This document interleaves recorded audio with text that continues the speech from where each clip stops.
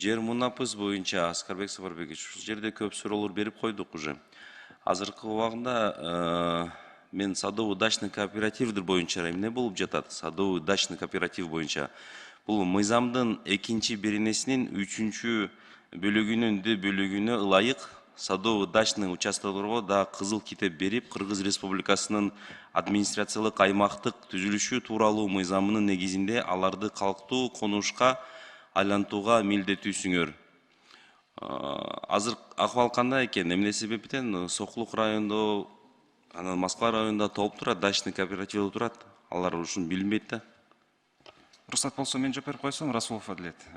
Бұл дачный кооперативтер боюнча именно мунапыстын алкагында алсак, бұл жер кодекси күчүнө киргенге чейинки дачалар каралат мунапыстын аркылуу. Ошо мунапыстын алкагында сүйлөсөк, ал жак деген жерлерге техпаспорт берилет, комиссия карайт, мунапыстын комиссиясы, райондук комиссия. Бирок жерлер калктуу конушка которулду деп саналбайт да. Бул мыйзамда да жер укук мамилелер жөнгө салуу боюнча мыйзамда ылайык. Эси мунапыс алкагында алып кетсек.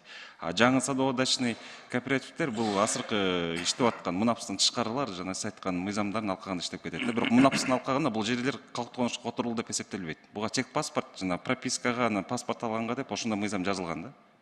Жер укуктук мамиле жөнгө салуу боюнча мыйзамына ылайык.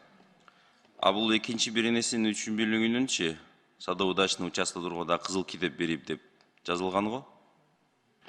Бул садовый дачный кызыл китеп берет деген жери именно бул эки бөлүк менен карасак болот да. Бул мурунку системный регистрация берилип кеткен жерлер да бар эмес, садовый дачныйларга кызыл китеп берилип. Ошонусу обновлениясы каралган жагы. Бул боюнча да райондук мамлекеттик администрациялардын башчылары да көтөрүлгөн болчу бул системкадан өтүп кеткен садовый дачныйлар. Ошолорду именно ошолорго багытталган жерлер да бул. Системкадан өткөндөр кайра обновление кылыш үчүн. Асыркы действующий мыйзамдарга ылайык бул калктуу конушка которулду деп эсептелбейт, буга техпаспорт берилет, что пропискага туруш үчүн. Маалымат иретинде кыскача айтып коеюн, неге техпаспорт берилет, неге кызыл китеп берилбеген? Бул анткени садовый дачный кооперативтердин өздөрүнүн жерлери жанагы град документацияга ылайык жазылган эмес, жолдор ичке болгондуктан анан кийин ошон үчүн ал жакка постоянный место жительствого жашап алгандар жөнү техпаспорт берген үчүн. Госак бериш үчүн ал жакка генплан ошо асыркы действующий мыйзамдарга ылайык жолдор 8 метр, 12 метр деген нормалардын сакталышы талап кылынган үчүн ошон үчүн кызыл китеп каралган эмес да, мыйзамга ылайык. Азыркы убагында дачадан жашап аткан биздин жарандарыбыз илгери союз убагында дача болгон үчүн алар только жайда келип эс алган да. Азыр внутренняя миграция боюнча толуп тура кишилер ошол турак жай болуп калды да. Прописка дагы жок, проблема толуп тура, ошол маселе чечип коюш керек айыгынга чейинчи. Жарайт. Анан Москва районунун караштуу Бешкүрүк айылынын абдан көп кайрылуу келген. Ошондой эле кадастр мамлекеттик мекемесинен алынган маалыматтарга ылайык 52 үйдүн эгемендүүлүк алгандан бери документтери жок.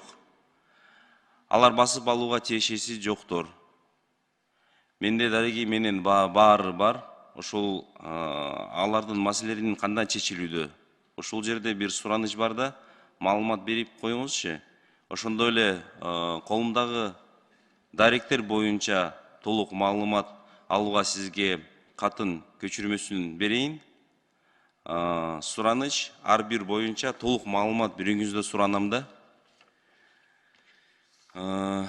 Кийинки суроо. Аскарбек Сапарбекович, ушул жерде удобрение боюнча сурайын дегеним. Быйылкы потребность канча республика боюнча?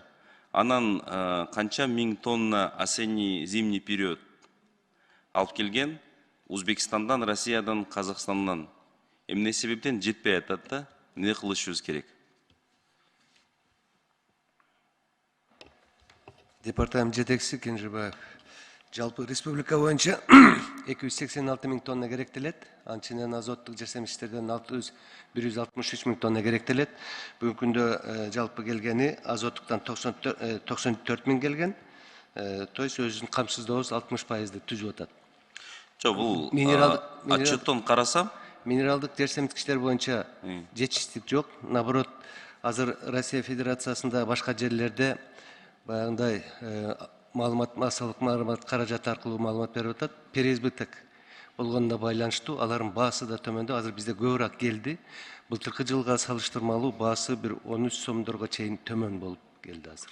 Жок, бул маалымат боюнча Чүй облусу боюнча минералдык жер семиртүүчүлөргө болгон жылдык керектөө 89,8 миң тоннанын түзүп, 2023 жылдын бүгүнкү күнүгө карата 38,1 миң тонна минералдык жер семиртүүчү ташылып келинип, камсыздоо 43% түздү да. Ошол туурабы, туура эмес маалымат? Чүй облусу боюнча облусу боюнча. жалпысы боюнча 44, анын ичинен азоттугу мына сиз айтып аткан 34 миң тонна келген 65% түзөт азоттугу. Бул причинасы эмне себептен? Бул причинасы жок, недегенде бул жерде дыйкандар баарын жөндөмү менен, алуу жөндөмүндө алынгандар. Жалпы былтыркы жылы салыштырмалуу быйыл көбүрөөк пайдаланды. Себеби алуу арзаныраак болгонуна байланыштуу көбүрөөк дыйкандар пайдаланышты. Бүгүнкү күнгө бул газ кымбаттат, нефтепродукты бүт баарынын баасы көтөрүп атат. Как вы думаете, Асылбек Сапарбекович, это повлияет ли на цены, да, удобрений, которые у нас нет, да? Может повлиять, так же, как и в прошлом году, если цены на газ пойдут вверх, именно в странах-производителях минеральных удобрений. А у нас введены ли в действие специализированные контрольно-токсикологические лаборатории для определения качества минеральных удобрений и пестицидов? Да, ооба, бизде биздин карамагыбызда, департамент карамагыбызда эки лаборатория бар. Бир лабораториясы ошол Военный Антоновкада жайгашкан, атайын адестештирген токсикологиялык лаборатория деп айтылат. Ошол лабораториялар аркылуу пестицид, гербицидтердин жана минералдык жесемичтердин сапаты аныкталат, жана ошондой эле сууда, жерде жана өсүмдүктөрдө пестицидтердин калдыктары аныкталат.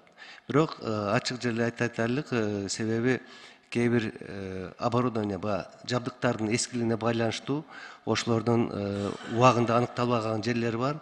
Быйылкы жылы 3 миллион сом каражат бөлүнүп ал жабдыктар алдык. Келерки жылга дагы биз ал жака бир жакшы бир азыркы заманбап жабдыктан алуу деген планыбыз бар. Дополнительный кажети жок да ана лаборатория ачылганга? Жок. Рахмат, анан Аскарбек Сапарбекович, ушул эки проект боюнча строительство двух современных оптово-сельскохозяйственных рынков, ушул маалымат берип коюңузчу, Скатинский район, Чүй области, анан Карасуйский райондо, АБР программа боюнча. Бүгүнкү күндө АБР полностью исследованиясын жасады. Рабочий группа бар эле, алар жасап чыкты полностью. Мындан ары реализациясына биз бияка алып киребиз. Октябрда буюрса уже отдел реализации проекта түзүлөт, если вы ратифицируете, и андан ары карай бул курулуштар башталат. Сроки качан бүтөт, сиз кандай ойлоп атасыз? Биз октябрдын ичинде киришибиз керек уже. Жакшы. Ирригация боюнча Москва районунун Каратуу, Ак Суу айыл аймагынын БДР району объем 4-7 миллион кубометр, да? Проектная стоимость 780 миллион сом. Ушул перспективы строительства барбы жокпу, очень нужно, да? Есть огромная необходимость в строительстве этого БДР.